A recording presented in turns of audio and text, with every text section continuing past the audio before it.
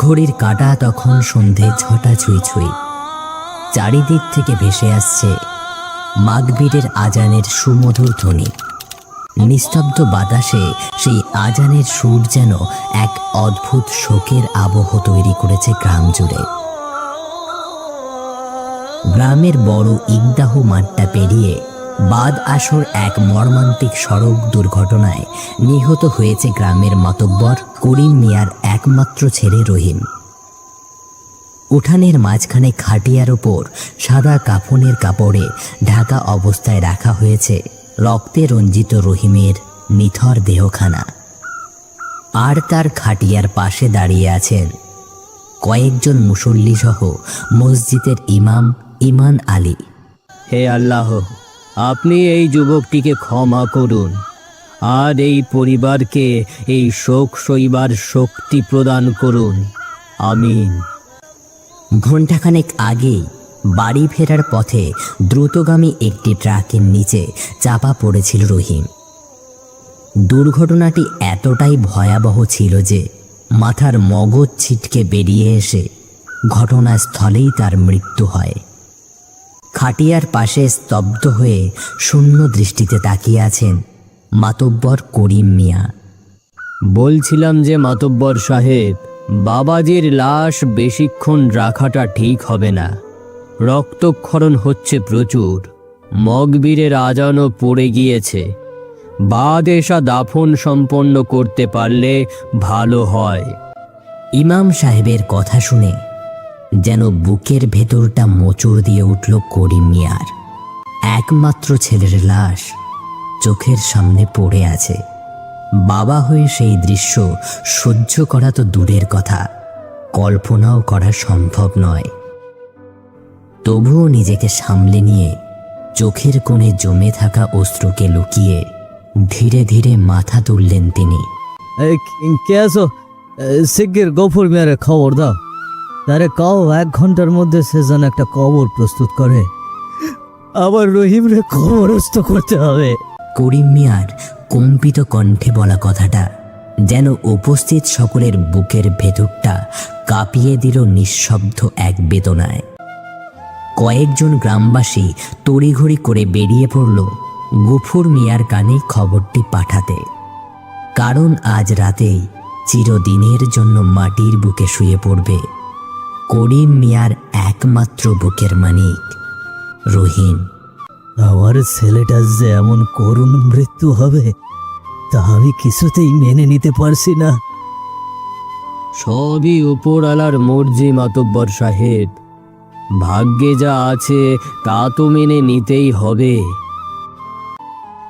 সন্ধে 6:30 নাগাদ কবরস্থানে এসে উপস্থিত হল গ্রামের সব থেকে প্রবীণ ও নামকরা গোরখোদক গফুর মিয়া। কল্যাণপুর গ্রামে আরও বেশ কয়েকজন গোরখোদক থাকলেও খুব অল্প সময়ে ভীষণ নিখুঁতভাবে কবর খনন করতে পারে বলে গফুর মিয়াকেই সকলে কাজের জন্য ডাকেন। মসজিদের খাদেম মালিকের উপস্থিতিতে বাঁশের খুঁটির মাথায় ঝোলানো লণ্ঠনের ক্ষীণ আলোয় কবর খননের কাজ করতে শুরু করল গফুর মিয়া। হে মাবুদ, আপনি সকলকে ক্ষমা করুন। গফুর চাচা, তুমি কবরটা খনন করো, আমি গিয়ে দেখি ওদিকের কাজ কত দূর এগোলো। গফুর মিয়ার উত্তরের অপেক্ষায় না থেকে কথাটা শেষ করেই সামনের দিকে এগিয়ে গেল মালিক। বড় মসজিদের একমাত্র খাদেম মালিক মিয়া চলে যাবার পরপরই কবরস্থানের চারপাশটা নিস্তব্ধ হয়ে গেল আবারও। বেশ তাড়াহুড়ো থাকায় কোনো দিকে না তাকিয়ে এক মনে কোদাল চালিয়ে মাটি খনন করছিল গফুর মিয়া। দেখতে দেখতে এড়িয়ে গিয়েছে প্রায় 40 মিনিট। এমন সময় হঠাৎ করেই লণ্ঠনের হলদে আলোয় কারো একটা ছায়া দেখতে পেল সে। ছায়াটি তার চোখে ধরা দিতে মাথা তুলে সামনের দিকে তাকালো গফুর মিয়া। খুব মায়া নিয়ে ক্রন্দনরত চাহনিতে একজন অচেনা মানুষ দাঁড়িয়ে আছে তার সামনে। এ এ কি বাবাজি, আপনি কে? আপনাকে তো আগে কখনো দেখিনি। আর এত রাতে কবরস্থানে? কোনো কিছু বুঝে ওঠার আগে কাঁদতে কাঁদতে গফুর মিয়ার সামনে দুটি হাত তুললেন লোকটি। আকস্মিক লোকটির এইরূপ আচরণে এক প্রকার কিং কর্তব্য বিমূঢ় হয়ে গেল গফুর মিয়া। আরে কি কি করছেন? কি এভাবে কাঁদবেন না, কি হয়েছে আমাকে বলুন। আমার নাম মোহাম্মদ রফিক সর্দার। দয়া করে আমার বাড়িতে একটু চলুন। আমার বাড়ির মালিক মারা গিয়েছে, তার দাহন কাফন এবং কবর খননের ব্যবস্থা করতে হবে। দয়া করে চলুন না আমার সঙ্গে। লোকটির চেহারা এবং কথাগুলোতে এক প্রকার মায়া ছিল গভীরভাবে। যদিও বা গফুর এমন রাত বেরেতে অজানা কোনো মানুষের বাড়ি যায় না, কিন্তু আজ কি যেন এক অদ্ভুত শক্তিতে গফুর মিয়া এক নিমেষেই রাজি হলেন লোকটির সঙ্গে তার বাড়ি যাবার উদ্দেশ্যে। আপনি অনুগ্রহ করে 10 মিনিট অপেক্ষা করুন, এই গড়টি খনন করে আপনার বাড়িতে যাচ্ছি। প্রায় 15 মিনিট অপেক্ষা করার পর রহিমের কবর খননের কাজ শেষ হওয়ায় আর এক মুহূর্ত দেরি না করে গফুর মিয়াকে সাথে নিয়ে সামনের দিকে হাঁটতে শুরু করলো রফিক। রাত তখন প্রায় 8:30। চারপাশে নেমে এসেছে ঘন অন্ধকার। লণ্ঠনের ক্ষীণ আলোয় সরু রাস্তা ধরে ধীরে ধীরে হেঁটে যাচ্ছে গফুর মিয়া আর রফিক। গফুর বহুদিন আগে এসেছিল এ পথে। কল্যাণপুর গ্রামে জন্ম থেকেই এতটা বছর ধরে বাস করলেও এই দিকটায় তার খুব একটা আশা হয় না। এমনকি এত কবর খননের কাজ করেছে, বিভিন্ন গ্রামে গিয়েছে, কিন্তু এই রাস্তায় কখনো সে আসেনি। হঠাৎ অন্ধকারের ভেতর থেকে ধীরে ধীরে ভেসে উঠল একটা ছোট্ট টিনের বাড়ি। বাড়িটির কাছে আসতে একটা পুরুষ কণ্ঠের বিলাপ সুরে কান্নার শব্দ ভেসে এলো তার কানে। পুরুষ মানুষ এমন বিলাপের সুরে? মরা বাড়িতে তো মেয়েদের কান্নার শব্দ আসে। আর বাড়িতে অন্য কেউ তো নাই নাকি? আর কারো কান্নার শব্দ পাচ্ছি না তো। গফুর বাড়ির কাছে আসতে সে পাশে তাকিয়ে দেখল রফিক তার পাশে নেই। কি আশ্চর্য, এই লোকটা আবার গেল কোথায়? রফিক ভাই, আপনি কি শুনছেন আমার কথা? গফুরকে রেখে রফিক আলী যে চলে গেছে, এটি গফুরের খুব একটা চিন্তার বিষয় নয়। বাড়ির কেউ মারা গেলে বাড়ির বাকি মানুষগুলো নানান কাজে ব্যস্ত হয়ে পড়েন, এটাই স্বাভাবিক। কিন্তু এমন সময় গফুর মিয়া বাড়ির দরজাটি খুলে দেখলেন এক আশ্চর্য দৃশ্য। গফুর মিয়া ঘরের দরজায় পা রাখতেই লণ্ঠনের কম্পিত আলোয় স্পষ্ট হয়ে উঠল ঘরের মেঝেতে রাখা লাশের খাটিয়াটি। আর রফিক আলী মৃত মানুষটির পায়ের কাছে বসে বিলাপের সুরে কান্না করে যাচ্ছে। কিন্তু তারও আশ্চর্যের বিষয় হলো, গফুরকে দেখা মাত্র চুপ হয়ে দাঁড়ালেন রফিক আলী। ইন্না লিল্লাহি ওয়া ইন্না ইলাইহি রাজিউন। আপনি এখানে অপেক্ষা করুন, আমি বাকি মানুষগুলোকে খবর দিই। ঠিক আছে, আপনি সব কিছু ব্যবস্থা করে নিন। রফিক বেরিয়ে যাওয়ার পর খানিকক্ষণ চুপচাপ ঘরের কোণায় দাঁড়িয়ে রইল গফুর মিয়া। এই মুহূর্তে মাথার ভেতর নানান রকমের চিন্তাভাবনা ঘুরপাক খাচ্ছে তার। আকস্মিক এই লোকটির মৃত্যু কিভাবে ঘটল, আর তার থেকেও বড় চিন্তার বিষয় হলো রফিক আলী ছাড়া মৃত ব্যক্তিটির নেই কোনো আত্মীয় স্বজনের উপস্থিতি এবং নেই কোনো কারো বেদনা। এমন পরিস্থিতিতে আগে কখনো পড়তে হয়নি আমাকে। আর রফিক ভাইও একা রেখে চলে গেলেন। স্বাভাবিক বিষয়ের মতোই গফুর মিয়া ধীরে ধীরে খাটিয়ার কাছে এগিয়ে গেলেন লাশটির চেহারা দেখার উদ্দেশ্যে। ধীরে ধীরে লাশের মুখ থেকে কাপড়টি সরিয়ে যেন গফুর চমকে উঠলেন। সামনে থাকা সেই লাশটি আর অন্য কারো নয়, বরং সেই কাফনের মধ্যে নিথর হয়ে পড়ে আছে রফিক আলীর মৃতদেহ। লা হাওলা ওয়ালা কুওয়াতা ইল্লা বিল্লাহিল আলিয়্যিল আযীম, লা হাওলা ওয়ালা কুওয়াতা ইল্লা বিল্লাহ। হায় আল্লাহ, এ কি দেখলাম আমি? কিন্তু কিন্তু এটা কিভাবে সম্ভব? রফিকের লাশটি দেখার পর থেকে কিং কর্তব্য বিমূঢ় হয়ে গিয়েছেন গফুর মিয়া। এতক্ষণ ধরে যে মানুষটার সাথে হেঁটে এলো, কথা বলল, সেই মানুষটাই যে মৃত সেটা যেন কিছুতেই মেনে নিতে পারছে না সে। এমন সময় কালেমা শাহাদাত পড়তে পড়তে উঠোনে এসে দাঁড়ালেন একজন সেখানকার ইমাম মোজাম্মেল হক। আশহাদু আল্লা ইলাহা ইল্লাল্লাহু ওয়াহদাহু লা শারীকা লাহু ওয়া আশহাদু আন্না মুহাম্মাদান আবদুহু ওয়া রাসূলুহু। বাড়িতে কেউ আছেন? একটু বাইরে আসুন না, কথা আছে। ইমাম সাহেবের কণ্ঠে সুমধুর কালেমা শুনে ঘর থেকে বেরিয়ে এসে উঠোনে দাঁড়ালো গফুর মিয়া। আসসালামু আলাইকুম। শুনলাম এই বাড়িতে নাকি রফিক নামের একজন মারা গিয়েছে। ওয়ালাইকুম আসসালাম। জি, আপনি ঠিক শুনেছেন। তার দাফন সম্পন্ন করতে এলাম। আপনাকে উঠোনের একপাশে খুঁটি পুঁতে কিছু কাপড় বেঁধে দিতে হবে। আপনি বরং পাশে একটা বড় মসজিদ আছে, সেখানে গিয়ে খাদেমদের ঘর থেকে গোসল করানোর যাবতীয় জিনিস এবং কাপড় নিয়ে আসুন। রফিক সাহেবের লাশের গোসল করাতে হবে। আর এক মুহূর্ত দেরি না করে বড় মসজিদের দিকে দ্রুত গতিতে পা বাড়ালো গফুর মিয়া। রাত আনুমানিক 10:30 নাগাদ ইমাম মোজাম্মেল হকের নির্দেশ অনুযায়ী বড় মসজিদ থেকে সমস্ত জিনিসপত্র এনে উঠোনের এক পাশে খুঁটি পুঁতে তাতে কালো কাপড় দিয়ে ঢেকে দিল গফুর মিয়া। মিনিট 10 মধ্যেই কাপড়ের আড়ালে শুরু হলো রফিকের লাশের গোসলের প্রস্তুতি। চুপচাপ যেন পাহারাদারের ন্যায় বসে আছে গফুর।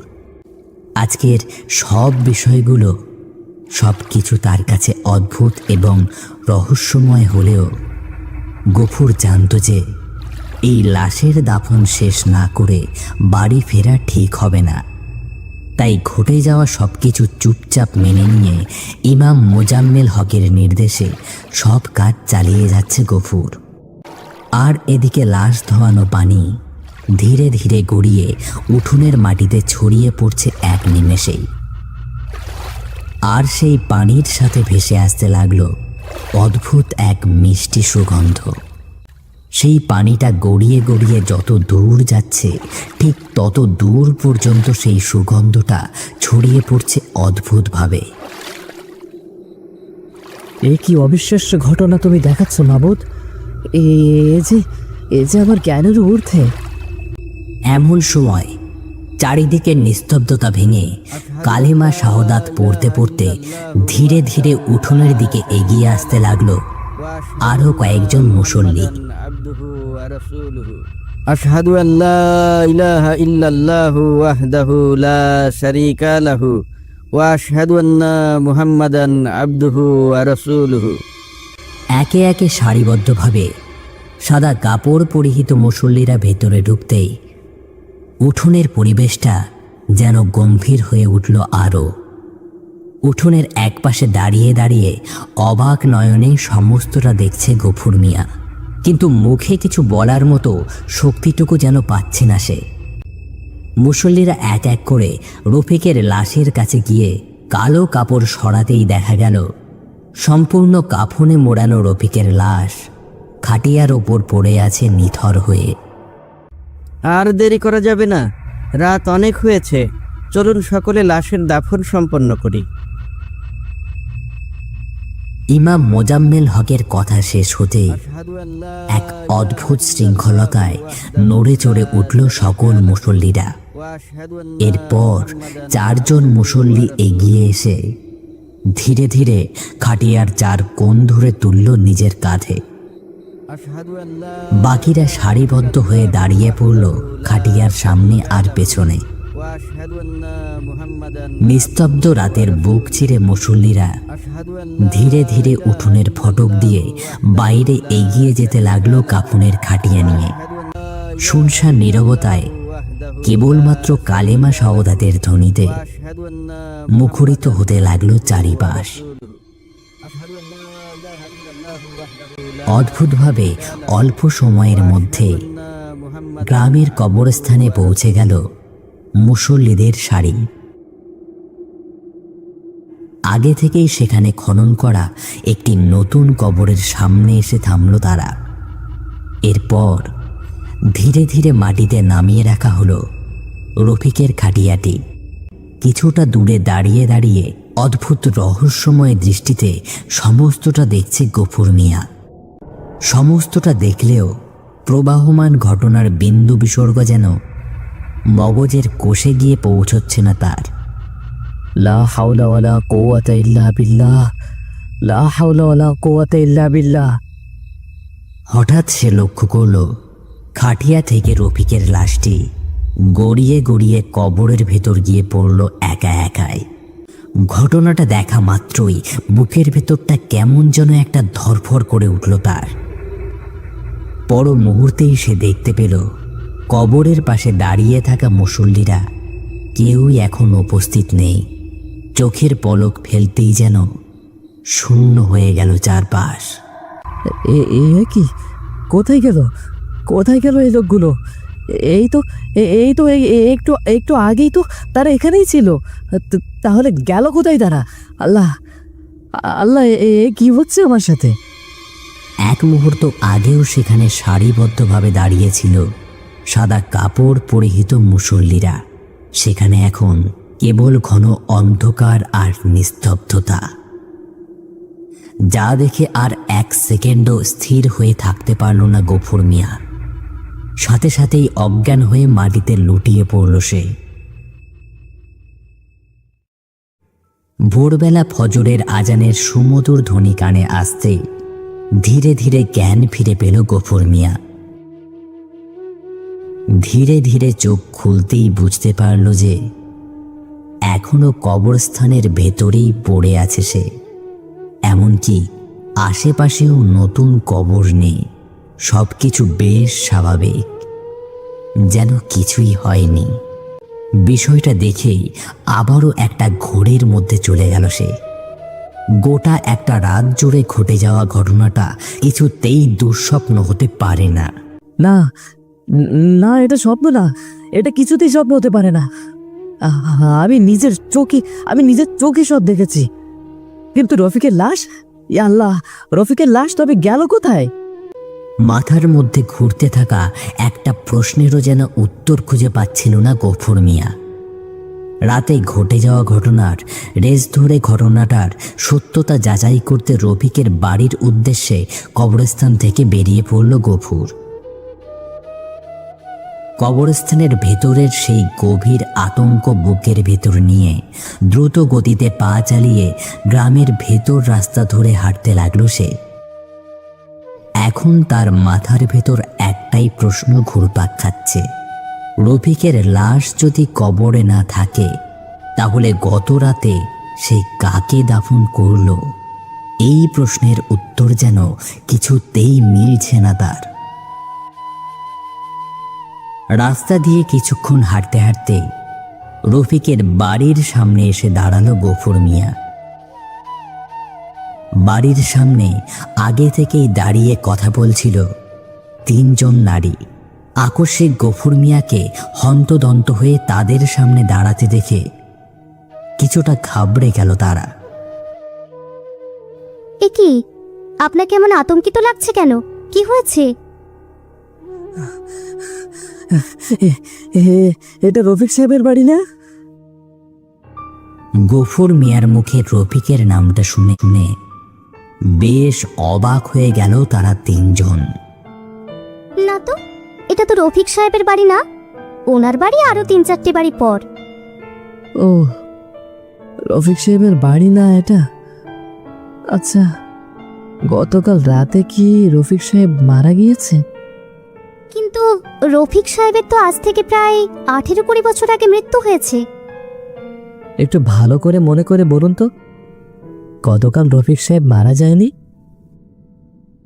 শেফালির মুখে স্পষ্ট উত্তর শুনে গফুর মিয়ার চোখের সামনে যেন হঠাৎ সবকিছু ম্লান হয়ে গেল। সে চেষ্টা করল নিজের মনের সবকিছু স্থির করার, কিন্তু সেটাও সম্ভব হলো না তার কোনোভাবেই। আর এক মুহূর্ত সেখানে দাঁড়িয়ে না থেকে সেখান থেকে চলে গেল গফুর মিয়া। রাস্তায় একা একা হাঁটতে হাঁটতে তার মনে বারবার ফিরে আসছিল গত রাতের ঘটনাগুলো, যার ফলে কিছুতেই নিজেকে সামলাতে পারছে না সে। গত রাতে ঘটে যাওয়া সমস্ত ঘটনা যদি স্বপ্ন হয়, তাহলে রফিক সাহেবের নামটা তার মনে আছে কি করে? আর সেই বাড়ির ঠিকানাই বা তার মনে আছে কি করে? এই প্রশ্নের কোনো উত্তর